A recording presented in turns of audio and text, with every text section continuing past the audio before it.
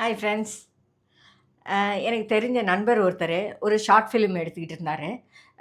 அப்போது அந்த அந்த ஸ்டோரி டிஸ்கஷன் எல்லா டைம்லேயும் ஒரு 4, 5 பேரை கூப்பிட்டு அவர் வந்து ஒப்பீனியன் கேட்டுக்கிட்டே இருந்தார். அப்போது ஒருத்தர் மட்டும் மற்ற 5 பேரும் சொன்னதுக்கு எதிரான சில விஷயங்களை சொல்லிக்கிட்டே இருந்தார். கடைசியில் அவர் என்ன கன்க்ளூட் பண்ணார்னா, இப்படியே நீங்கள் கொண்டுட்டு போனீங்கன்னா ஷார்ட் ஃபிலிம் ஜெயிக்காது அப்படின்னு அவர் சொன்னார். அப்போது அந்த 5 பேரும் சேர்ந்து அந்த டைரக்டர் கிட்ட சொல்லிட்டாங்க, சார் இவன் வேண்டாம், இவனை வந்து தூக்கிடுங்க டீம்லேருந்து, இவன் நம்மளுடைய இன்ட்ரெஸ்ட் எல்லாம் கெடுக்கிறான் அப்படின்னு சொல்லி. அவர் இல்லைப்பா இருக்கட்டும், அவன் என்ன சொல்கிறான்னு பார்ப்போம் அப்படின்னு சொன்னால் இவங்க கேட்கவே இல்லை. எல்லாம் என்ன ஆச்சுன்னா, தொடர்ந்து வேலை செய்யும்போது இவன் மட்டும் எல்லா நேரமும் தனியாகவே நிற்பான். மற்ற எல்லாரும் சேர்ந்து சேர்ந்து பேசுவாங்க, இவனை கிண்டலும் பண்ணுவாங்க.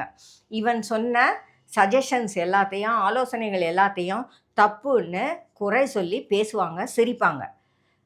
இவன் பேசாமல் இருந்து அந்த ஒர்க்கை முடிச்சுட்டு அவன் வெளியில் வந்துட்டான்.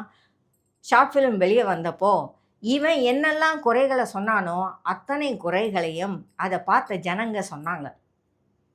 அப்போ அந்த இவர் டைரக்டர் கூப்பிட்டு அவங்ககிட்ட சொன்னார், அப்பா நீ சொன்னது தான் கரெக்டு, நீ எப்படி இதையெல்லாம் சொன்ன அப்படின்னு. அவன் சொன்னான், சார் இது வந்து உங்கள் வேலை அப்படின்னு அவங்கெல்லாம் பார்த்தாங்க, நான் இது என்னுடைய வேலைன்னு நான் பார்த்தேன். நான் என்ன செஞ்சால் இந்த படம் ஜெயிக்கும் அப்படின்னு நான் நினச்சேன், அதனால தான் நான் இந்த சஜஷன்ஸ் எல்லாத்தையும் சொன்னேன். இதை நான் வெறும் ஒரு வேலையாக, ஒரு மாதத்துக்கு சம்பளம் வாங்குகிற வேலையாக நினச்சிருந்தேன்னா உங்களுக்கு இதையெல்லாம் சொல்லியிருக்க மாட்டேன். அவங்கெல்லாம் சொன்ன மாதிரி ஏதாவது நல்லா இருக்குது அதெல்லாம் ஜெயிக்கும் அப்படின்னு சொல்லிட்டு போயிருப்பேன். நான் அப்படி யோசிக்கலை. இது என்னோடய வேலை.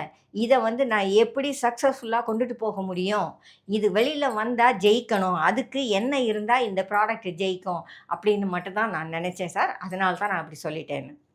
அடுத்த ப்ராஜெக்ட் அவர் துவங்கினப்ப இந்த 5 பேரும் அவர் கூட இல்லை, இந்த பையன் இருந்தார். பல நேரங்களில் இதுதான் லைஃப்பில் நிலைமையாக இருக்கும்.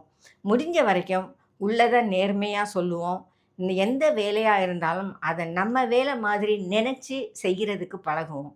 அப்போ தான் நம்மளுடைய கான்சன்ட்ரேஷனும் நம்மளுடைய முழு உழைப்பும் அதில் போடுறதுக்கு நமக்கு மனசு வரும்.